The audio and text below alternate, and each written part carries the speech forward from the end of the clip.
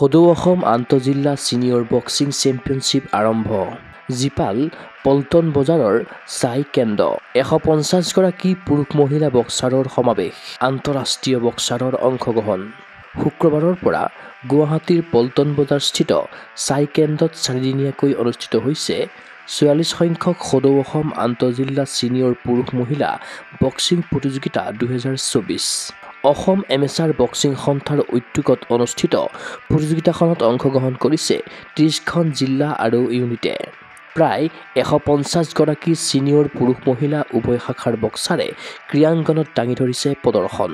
এই চেম্পিয়নশ্বিপৰ পৰা 20 ডিচেম্বৰৰ পৰা অনুষ্ঠিত হ'ব লগা ওমেন্স নেশ্যনেল আৰু 6 জানুৱাৰীৰ পৰা অনুষ্ঠিত হ'ব লগা মেন্স নেশ্যনেলৰ বাবে কৰা হ'ব অসম দল বাছনি। এই সন্দৰ্ভত জনালে সৰ্বভাৰতীয় বক্সিং ফেডাৰেশ্যনৰ সচিব তথা অসম এমেচাৰ বক্সিং সন্থাৰ সম্পাদক হেমন্ত কলিতাই। আমাৰ 44th all Assam elite men and women boxing প্ৰতিযোগিতা আজিৰ পৰা আৰম্ভ হ'ব। এই প্ৰতিযোগিতাত আমাৰ 30খন ডিষ্ট্ৰিক্ট আৰু ইউনিটৰ বৰ্ড আৰু ডিষ্ট্ৰিক্ট ইউনিটৰ প্ৰায় 150 গৰাকী বক্সাৰে পাৰ্টিচিপেট কৰিছে আৰু অফিচিয়েল টিম মেনেজাৰ কোচেছ মিলাই প্ৰায় 250 গৰাকী পাৰ্টিচিপেণ্ট ইয়াত হৈছে। আজি আৰম্ভণি হৈছে ইয়াত। এইটো চেম্পিয়নশ্বিপৰ পৰাই আমি আহিব লগা নেশ্যনেল চেম্পিয়নশ্বিপৰ কাৰণে আমি অসম টিমটো চিলেক্ট কৰিম। ইয়াৰ পৰা যিয়ে গ'ল্ড মেডেল পাব তেওঁক আমি ডাইৰেক্টলি চিলেকশ্যন কৰিম আৰু কিবা কাৰণত গ'ল্ড মেডেল যাব নোৱাৰে চিলভাৰ মেডেল যাব।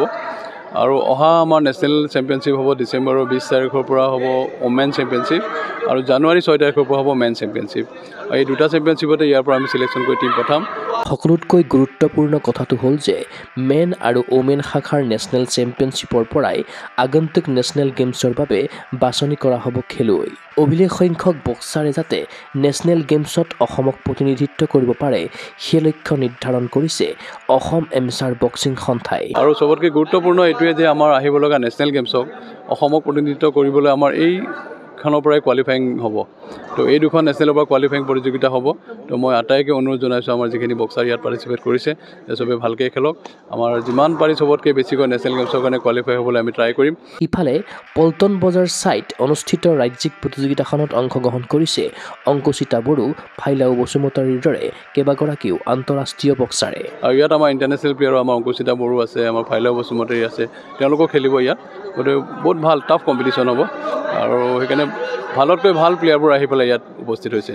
উল্লেখ্য যে শনিবাৰে প্ৰতিযোগিতাৰ উদ্বোধনী অনুষ্ঠানত উপস্থিত থাকিল অসম অলিম্পিক সন্থাৰ সহযোগী উপসভাপতি ৰাজীৱ প্ৰকাশ বৰুৱা, সহযোগী যুটীয়া সম্পাদক উপেন চক্ৰৱৰ্তী, অসম এমেচাৰ বক্সিং সন্থাৰ সভাপতি কমল গয়াৰী, সম্পাদক হেমন্ত কলিতা, বক্সিং প্ৰশিক্ষক প্ৰণামিকা বৰা, ক্ৰীড়া সংগঠক কল্যাণ গগৈ, জ্যেষ্ঠ ক্ৰীড়া সাংবাদিক পুলিন সাহা, সুবোধ মল্ল বৰুৱাকে আদি কৰি কেইবাগৰাকীও বিশিষ্ট ব্যক্তি।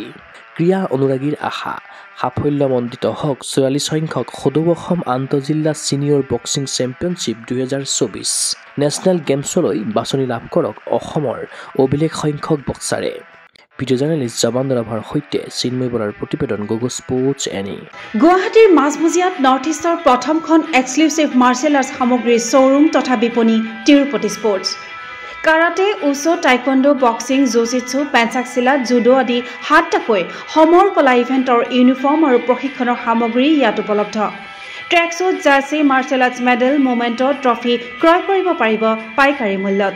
ফুটবল, ভলীবল, বাস্কেটবল, ক্ৰিকেট আদি ইভেণ্টৰ সামগ্ৰীৰ ছাপ্লাইৰ বাবে অৰ্ডাৰ ওলোৱা হয়। কাৰাটে, টাইকোৱাণ্ডোৰ নেশ্যনেল ফেডাৰেশ্যনৰ দ্বাৰা এপ্ৰুভড ব্ৰেণ্ড আৰু আপ টু ডেট সামগ্ৰীৰ বাবে একমাত্ৰ বিশ্বাসযোগ্য আৰু নিৰ্ভৰযোগ্য প্ৰতিষ্ঠান। ঠিকনাটো হৈছে doctor B Barua road, house number 52, first floor, Ulubari, Guwahati 7। Phone number 9085083493, email sanju_regal@rediffmail.com।